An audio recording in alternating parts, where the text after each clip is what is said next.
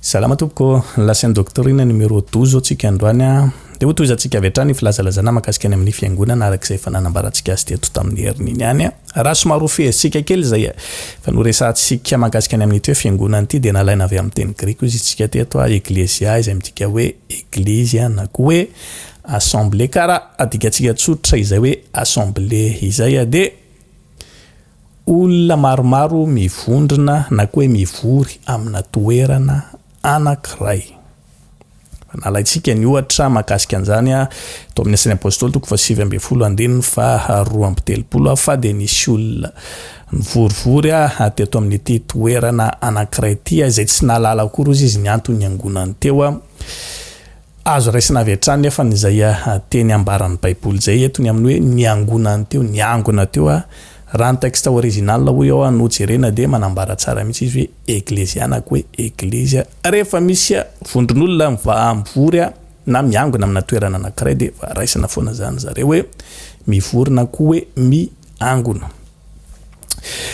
Rehefa jerevantsika nefa ato amin'ny baiboly dia toa tsy mipetraka fotsiny ihany amin'ity hoe vondron'olona mivory amina toerana anankiray ity izay ilay atsotsika hoe fiangonana fa raha mamakytsika ohatra amin'ny kristiana 2:2 dia mbola misy ten'Andriamanitra anankiray koa izay milaza ohatra fa ary ampahafantarina ianareo ry rahalahy ny fahasoavan'Andriamanitra izay nomena tao amin'ny fiangonana any Makedonia. Manambara anaram-piangonana anankiray ny ten'Andriamanitra eto nisy fiangonana moa zany tany Makedonia. Ary raha mamakytsika ohatra ny amin'ny apokalipsy dia mahita fiangonana 7 samihafa be zao tany Efesosy, tany Philadelphie sy ny sisa dia hitatsika fa ireny rehetrarehetra ireny dia tsy hoe olona mivory amina toerana anankiray fotsiny tiany ten'Andriamanitra ambara fa ilay trano mihitsy zany hoe nisy trano-piangonana mihitsy tany amina tanàna anankiray. Ka raha miresakitsika eto ny amin'ity tapany faharoa ity ny amin'izay hoe fiangonana izay tsy mijanona fotsiny kory ilay izy ny amin'ny hoe olona mivorona miangona amina toerana anankiray fa trano io hitantsika maso io mihitsy misy trano-piangonana eny Analakely eny Andavamamby eny Isotra any Ambohimanarina sy ny sisa ireny koa dia antsoina ihany hoe fiangonana araky ny hitantsika ato amin'ny baiboly. Raha toka mbola mijery sokafantsika ihany ny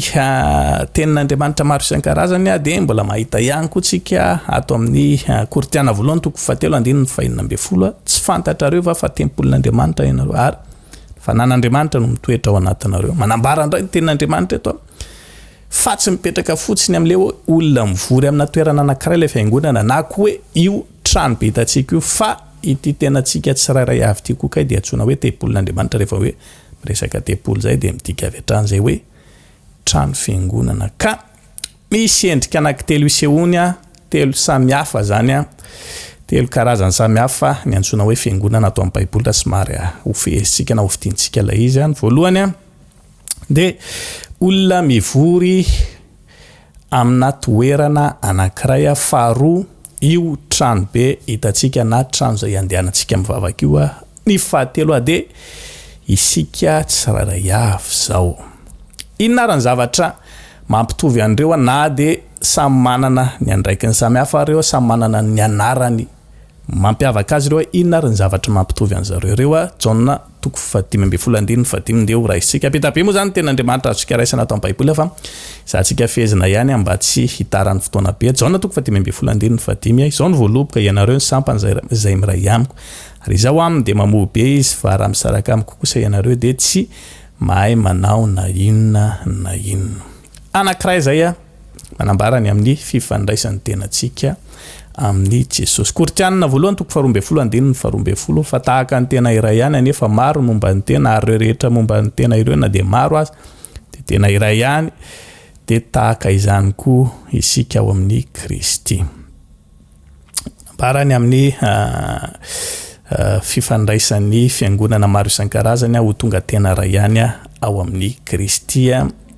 Koritiana 1:12 fa fanaray ihany no nanaovana batisantsika rehetra ho tena iray na jiosy na jetilisa na andevo na tsy andevo ary sika rehetra dia efa nampisotroana ny fanahy iray ihany. Zany hoe naizanaiza toerana misy atsika ninona fiangonana misy atsika na tahaka ny ahoana ny anarany na tahaka ny ahoana dia fanahy iray ihany sika rehetra ao amin'ny Kristy. Raha toka ho akambatsika izany zavatra rehetra novakina tamintsika teo izany de izay mampitovy an'ireo fiangonana rehetra nytansaintsika teo reo na lay olona mivondrona amina toerana anankiray na lay trano fiangonana be io na isika tsiraray avy zao de misy ny antsona hoe fifandraisana zay no teboka anankiray ngeza be ifandraisan'ireo anarana anankitelo samihafa ireo izay antsona avokoa hoe fiangonana. Misy hatrany ao ny fifandraisana voalohany indrindra misy ny fifandraisan'ny olona samy olona any amin'ny fiangonana zay misy azy avy any tokony ifandray zany ny mpino fa tsy misy tokony saratsara ak'izany fa roa manarak'izay indray ny fifandraisan'ny olona sy jesosy na koa fifandraisan'ny olona sy Andriamanitra, fifandraisan'ny olona sy ny fanamasina. Izay koa de zavatra mampiavaka sy mampitovy mampiavaka ny fiangonana amin'ny zavatra misy rehetra ety ambony tany saingy mampitovy ny fiangonana rehetra ka io na fiangonana io trano be hitantsika io na isika tsiraray avy zao de tokony anana an'izay fifandraisana amin'ny Jesosy izay avokoa. Ary ny fahatelo ny fifandraisan'ny fiangonana samy fiangonana tokony ifandray ny fiangonana rehetra satria maninona araka nambaran'ny kristiana voalohany 12:17 teo na tsy misy tsony hoe jiosy na jetilisa na andevo na tsy andevo fa fanahy iray avokoa no ao anatsika rehetra noho izany fiangonana rehetra de tokony anana fifandraisana. Mbola betsaka ny zavatra azosika resahana amin'izy tia na de misy ary zay zavatra mampifandray azy zay misy kosa nefa izay asa mampiavaka andreo teboka anankitelo ngeza-bitantsika reo ndeha ho resantsika amin'ny heriny zay mba tsy hitarany fotoanantsika lavabe metraka ny veloma mandram-peo na mandrapitafa ho amintsika amin'ny video manaraka indray samiaro tahin'Andriamanitra veloma tompoko.